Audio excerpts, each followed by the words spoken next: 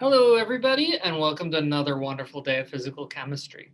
So today we're going to be taking our knowledge of fermions and our new quantum property of spin to try and build up a description of how I can design a wave function for a polyelectron system.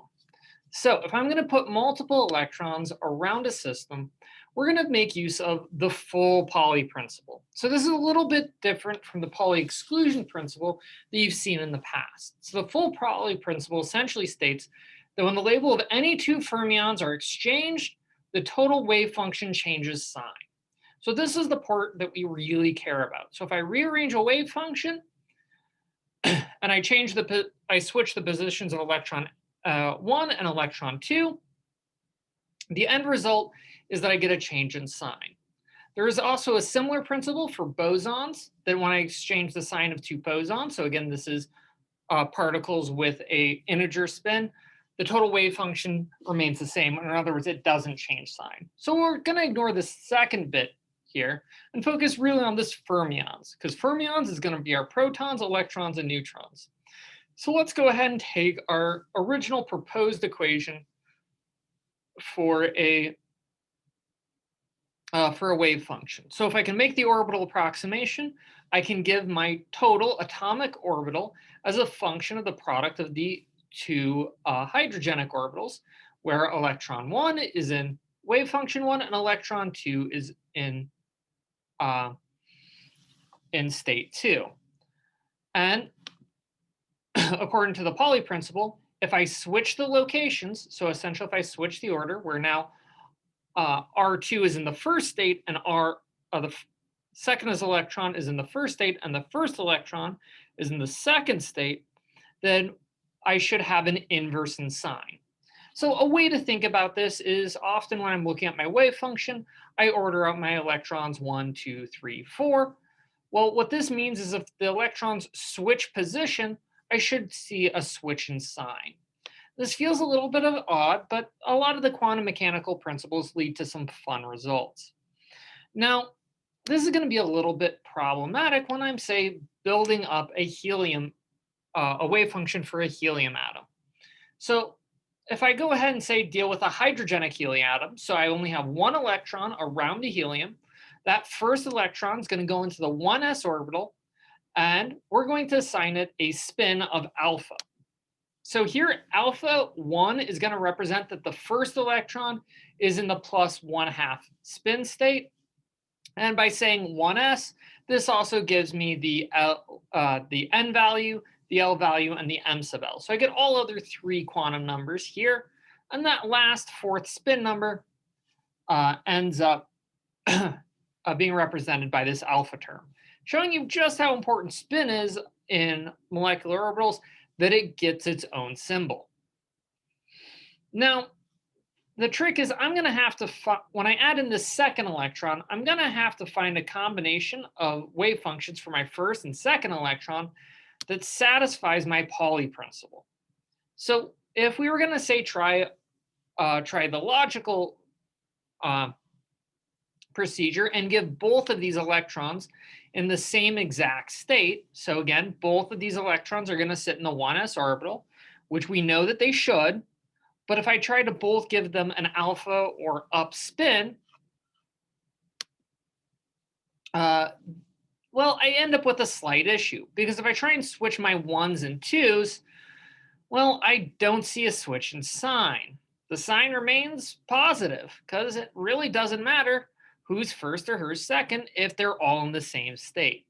So it turns out that this Pauli principle is what gives us the Pauli exclusion principle, because if I have two fermions in the same state, if I try to switch the signs, or if I try to switch positions, the signs won't switch. They'll stay the same.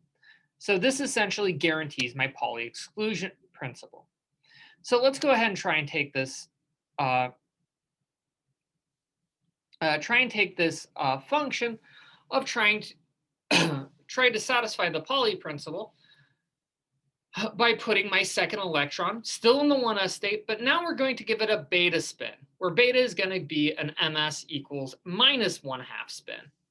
So if I try and if I try and do this, well, I get to a slight problem because if I switch positions, well, not going to really influence the orbital portion, but now I get an alpha 2 and beta 1. Well, it turns out that this also isn't going to be the negative of my original wave function, because my original wave function had had the second electron in the beta position. So it turns out in this case that if I switch the positions, I don't get the same wave function back. I get a new wave function that, well, still has the same sign, so that's problematic. So what I'm going to have to do is build up a wave function made out of a linear combination of all of the possible states. So I'm going to do kind of what we've done for other systems, where I'm going to make a total wave function by combining all the various possibilities. So turns out all my electrons are in the 1s orbital, so we're good. First electron is the 1s, second electron is the 1s. But I also have to deal with the probability that the first electron is in the alpha state and the second electron is in the beta state, as well as the fact the second electron might be in the alpha state and the first electron might be in the beta state.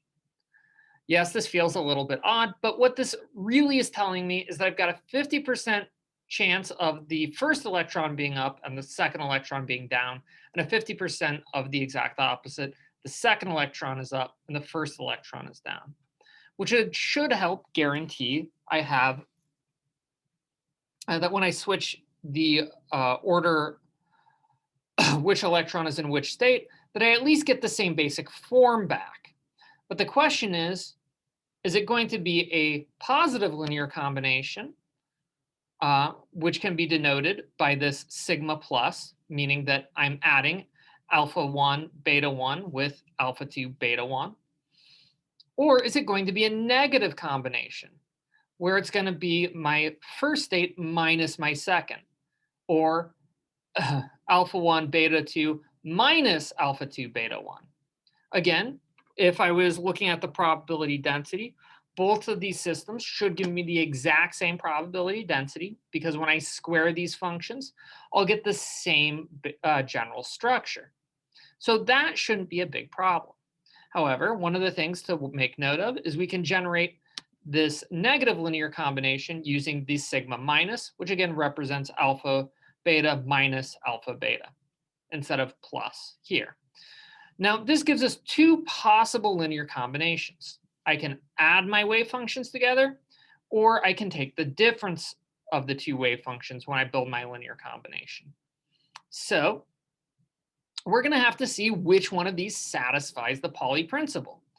So let's go ahead and try this first function. So since both systems share a wave function element of both electrons being in the 1s orbital, we're going to focus exclusively on this spin component. So if I've got the sigma plus spin, both of these functions are essentially additive. So let's see what happens when I switch the order. Well, alpha 2, now the second electron is now in the alpha state. The first electron is now in the beta state. Well, let's go ahead and compare these two. All I did was switch the order. And because it's sum, that's just fine. And these two are equal to each other. Oops, missed the mark just a little. Because according to the Pauli principle, the first function should be equal to the negative of the second function. Well, so we got the basic structure right, and we just messed up the sign. So this wave function doesn't actually satisfy the Pauli principle. However, it does give us an insight, because if we have the basic form but the wrong sign, we can go ahead and switch the sign. So let's take the difference of the product of alpha and beta spins. And when we do this, what we can then go ahead and do is say, all right, I can go ahead and just switch the order here. And this is going to be the same as negative alpha 2 beta 1. So I just move this function forward. plus the first term. All right, that seems reasonable. Then I'm going to take out the negative sign. So I'm going to move it out front. So this first term now becomes positive. The second term now becomes negative. Well, when I do that, that's the same thing as my original function where I just switch the ones and the twos. So it turns out that this sigma minus arrangement of the spins for 1 and 2 is going to be the negative of the 2, 1. So congratulations, we actually made it work. So what this is essentially telling us is the general wave function for combining two electron systems is going to be more or less to take the product of our two spatial wave functions and then bringing in this sigma minus description of the spins. That way, what we're going to guarantee that the wave functions are anti-symmetric. So again, gives the same answer, but with a minus sign when we exchange our two electrons. Now, one of the other cool things you can do is this is essentially just a linear combination of terms, which means it should be possible to express this in terms of a matrix form. And this actually becomes really important in the world of quantum mechanics, as the classic description of molecular orbitals becomes making use of what's called a Slater, a determinant form, because turns out this general expression can be given by taking the position of the first electron, the position of the first state, times the first position, assigning the first electron to that state, and then the upper right element is second electron with the first electron in that state. And if we expand this to a 3 system, it'd be the third position with the third electron, with the first electron in its state. So what we're going to have here is a matrix with the column vectors indicating the molecular position. The row vectors are going to be which electron is occupying that position. And then I can go ahead and take the determinant. So for a simple 2 by 2 determinant, it's essentially these diagonals minus the minus diagonals going the other way. When you work your way to a 3 by 3 or 4 by 4 determinant, it becomes a little bit more complex.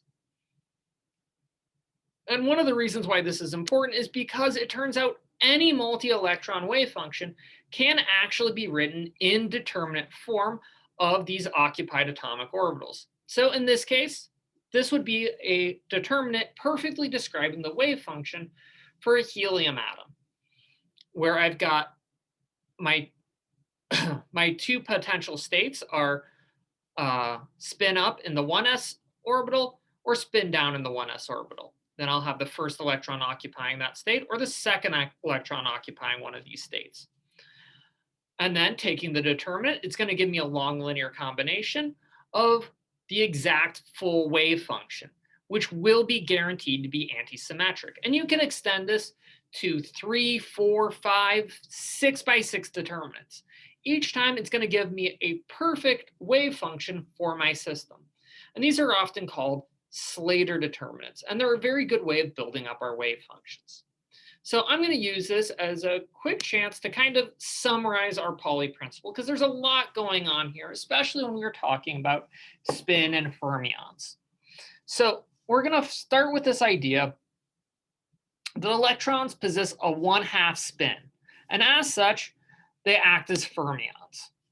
No fermions can possess identical quantum states, and as a result, we can only have 2 electrons per orbital, one with an alpha or up spin and one with a beta or down spin.